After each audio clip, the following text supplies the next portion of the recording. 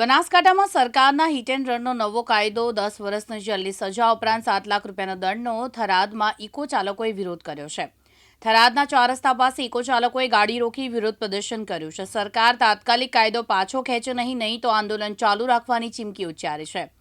ડ્રાઈવરો પાસે 7 લાખ રૂપિયા હોય તો નોકરી ન કરે એવું ઇકો ચાલકે કહ્યું છે। સરકારે જે આ કાયદો કાઢ્યો 7 લાખ રૂપિયા દંડ અને ડ્રાઈવર જો ત્યાં સ્થળ ઉપર ન પેલા અને દવાખાને લઈ જાય એના માટે જો ન ઊભો રહે તો એને 10 સાલની સજા। તો ડ્રાઈવર ત્યાં ઊભો રહે અને ડ્રાઈવરને પબ્લિક કોઈ ન મારે એવી કોઈ સરકાર ગેરંટી લે છે। અને 10 લાખ રૂપિયા 7 લાખ રૂપિયા જો ડ્રાઈવર પાસે રકમ હોય તો આ ધંધો ડ્રાઈવરિંગનો કરવાનો આવતો છે જ નહીં, તો ઘરે મજૂરી જ કરવાની આવે છે। 7 લાખ રૂપિયા ડ્રાઈવરને કોઈ દિવસ ભરવાની તાકાત પણ નથી। 7 લાખની ગાડી ન હોય તો 7 લાખ રૂપિયા લાવીને ભરવા ક્યાંથી? મહિને પગાર જ 12,000 રૂપિયા હોય છે। 7 લાખ 12 મહિના નોકરી કરે તો છતાં નથી પૂરા થતા। એના કારણે અમે બધા ગાડીઓવાળાએ હડતાલ કરી છે। આ સરકારે જે ડ્રાઈવરો માટે કાયદો કાઢ્યો છે એ ખોટો છે અને લોકોને ખબર નથી કે આ શું થાય છે એનું। અને 7 લાખ રૂપિયા જો ભરવાનો ઘરમાં વહેતો હોય તો ડ્રાઈવરિંગ કરવાની કોઈ જરૂર નથી અને તો ઘરે મજૂરી કરવી સારી।